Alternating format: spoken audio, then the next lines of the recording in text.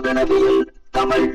வணக்கம் ஃப்ரெண்ட்ஸ், நான் கோபிநாத். இது வாகனவியல் தமிழ் மெக்கானிக்கல் யூடியூப் சேனல். இந்த வீடியோவில் நம்ம என்ன பார்க்க போகிறோம்னா, நம்ம பைக்காக இருந்தாலும் சரி, காராக இருந்தாலும் சரி, நமக்கு இருக்கிற முக்கியமான பிரச்சனை நம்ம வண்டியோட ஒயரிங் வந்து எலி கடிச்சு வச்சிடும்.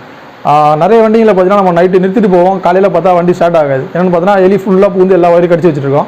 இப்போ லாக்டவுன்லேயே பார்த்தீங்கன்னா நிறைய வண்டி நிறுத்தி வச்சதால ஏகப்பட்ட வண்டியோட ஒயரிங் வந்து எலி கடிச்சு நாஸ்தி பண்ணிடுச்சு. நம்ம நிறைய வண்டியை ரெடி பண்ணி கொடுத்துருக்கோம் நம்மகிட்ட வந்த வண்டியில்.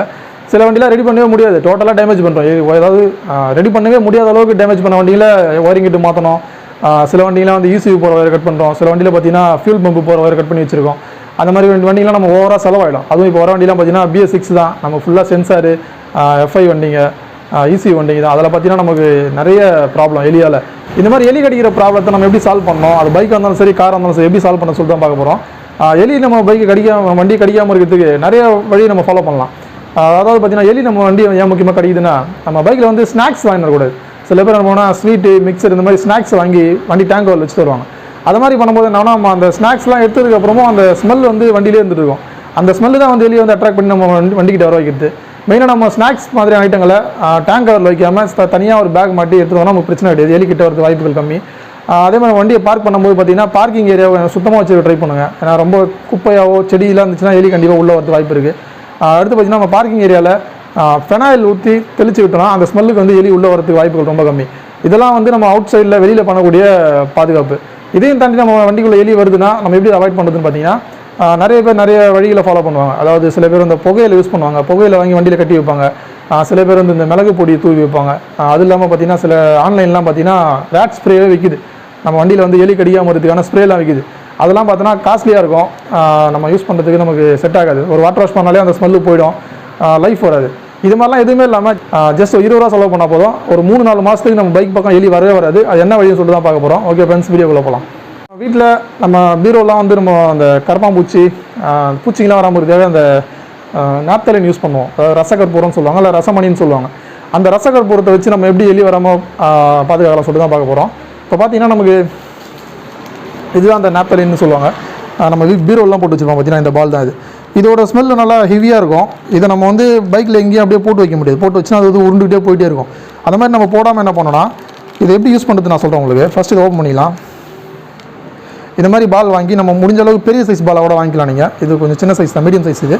இதை விட பெரிய சைஸ் பாலாவோட வாங்கி ஒரு 2-3 பால் இந்த மாதிரி ஒரு கவரில் போட்டுங்க. கவரில் போட்டு இதை என்ன பண்ணுறீங்க, ஒரு டேக் போட்டு கட்டிடலாம். இந்த மாதிரி ஒரு கவரில் போட்டு இந்த கவரில் ஃபஸ்ட்டு ஹோல்ஸ் போட்டுக்கணும். ஏன்னா அந்த ஸ்மெல் வெளியே வரதுக்காக நம்ம ஹோல்ஸ் போட்டுக்கிறோம். ஸ்மெல்லும் வெளில வரும். இது வந்து ரொம்ப நாளைக்கு வந்து அதாவது கரைஞ்சி போகாமல் இருக்கும். நம்ம மீடியமாக அந்த ஸ்மெல்லை வெளியே விடும்போது என்னன்னா ரொம்ப நாள் கரைஞ்சி போகாமல் இருக்கும். இந்த ஸ்மெல்லுக்கு வந்து எலி கண்டிப்பாக வரவே வராது. இது மாதிரி இதை பண்ணிவிட்டு இதை வண்டியில் நம்ம சீட்டு கீழே இந்த மாதிரி இடத்துங்களில் ஒரு டேக் போட்டு கட்டி வச்சோன்னு வச்சிங்களேன், எலி வந்து வரவே வராது. இதுவும் நமக்கு லைஃப் வரும். கிட்டத்தட்ட ஒரு 2-3 மாதத்துக்கு இது பிரச்சனை இல்லாமல் இருக்கும். நம்ம புகையிலையோ இல்லை மற்ற ஸ்ப்ரேலாம் யூஸ் பண்ணால் கூட அது சீக்கிரமாக ட்ரை ஆகிடும். ஒரு வாட்டர் வாஷ் பண்ணிங்கன்னா அது அந்த ஸ்மெல்லாம் போயிடும். ஆனால் இந்த மாதிரி நம்ம போட்டு கட்டி வைக்கும்போது என்ன ஆகுனா, நமக்கு இது நம்ம சின்ன ஹோல்ஸாக போடுறதால சீக்கிரமாக கரையாது, ரொம்ப நாள் லைஃப்பும் வரும். இந்த ஸ்மெல்லுக்கு கண்டிப்பாக எலி உள்ளே வரவே வராது.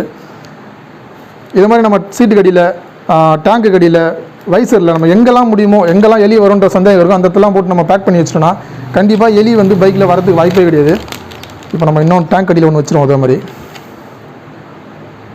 ஒரு 2-3 பால் போட்டு அதே மாதிரி அதே செட்டப் தான், ஹோல்ஸ் போட்டுக்கலாம்.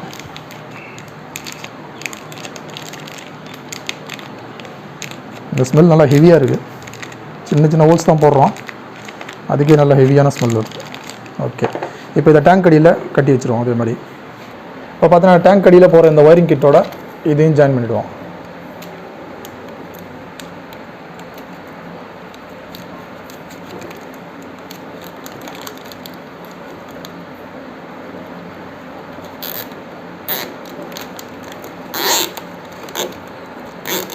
அவ்வளோதான், சிம்பிள் வேலை. இது மாதிரி பண்ணும்போது நமக்கு எலி வந்து வண்டி பக்கமே வராது. ஏன்னா எலிக்கு பிடிக்காத வாசனைகள் இருக்கும்போது அந்த இடத்துக்கு வந்து எலி வராது. அதே மாதிரி எலி அட்ராக்ட் பண்ணுற வாசனையும் வைக்கக்கூடாது. ஸ்நாக்ஸு, ஸ்வீட்டு, இந்த மாதிரி எலியை வந்து கவர்ந்து இழுக்கக்கூடிய அந்த பொருள்லாம் வந்து வண்டியில் வாங்கி வரதை அவாய்ட் பண்ணணும். ஏன்னா அந்த மாதிரி வாங்கி வரும்போது அந்த ஸ்மெல்லுக்கு தான் எலி உள்ளே வரும். இப்போ நம்ம அதே மாதிரி இன்னொரு பால் ரெடி பண்ணி, பேக்கெட் ரெடி பண்ணி நம்ம மாஸ்கில் வச்சுருவோம்.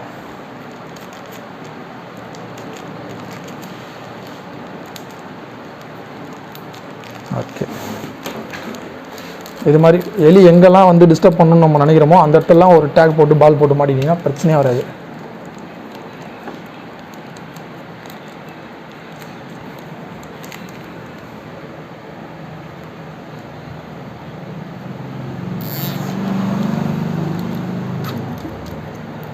அவ்வளோதான், சிம்பிள்.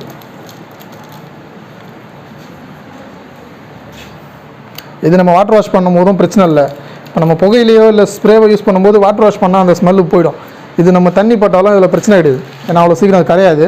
தண்ணி உள்ளே போகிறதுக்கு அளவுக்கு சின்ன சின்ன ஹோல்ஸாக போட்டிருக்கோம், உள்ளே போகாது அவ்வளோ சீக்கிரம். இது அப்படியே ஸ்லோவாக கரைஞ்சிட்டே இருக்கும். ஒரு 2-3 மாதம் மினிமம் உங்களுக்கு எந்த பிரச்சனையும் வராது. எலி வண்டிக்கிட்ட வரவே வராது. ஓகே ஃப்ரெண்ட்ஸ், வீடியோ பார்த்துருப்பீங்க. நம்ம பைக்கில் எலி கடிக்காமல் இருக்கிறதுக்கு ஒரு சிம்பிளான சீப் அண்ட் பெஸ்ட்டான ஒரு ஐடியா நான் சொல்லி கொடுத்துருக்கேன். இது கண்டிப்பாக ஃபாலோ பண்ணுங்கள், பெஸ்ட்டாக இருக்கும். ரிசல்ட் கண்டிப்பாக உங்களுக்கு தெரியும், எந்த பிரச்சனையுமே வராது எலியால் உங்களுக்கு. இதுக்கப்புறம் நம்ம வீடியோ பிடிச்சிருந்தா லைக் பண்ணுங்கள். வீடியோவில் சந்தேகம் குறைகள் இருந்தாலும் கமெண்ட்டில் சொல்லுங்கள். நம்ம சேனல் பிடிச்சிருந்தா சப்ஸ்கிரைப் பண்ணுங்கள். Thank you friends.